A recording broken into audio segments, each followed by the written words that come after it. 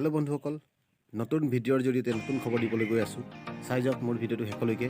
চাকৰি সম্বন্ধীয় আজিৰ এই ভিডিঅ'টো শেষলৈকে চাব, সকলো কথা আপোনালোকে গম পাব।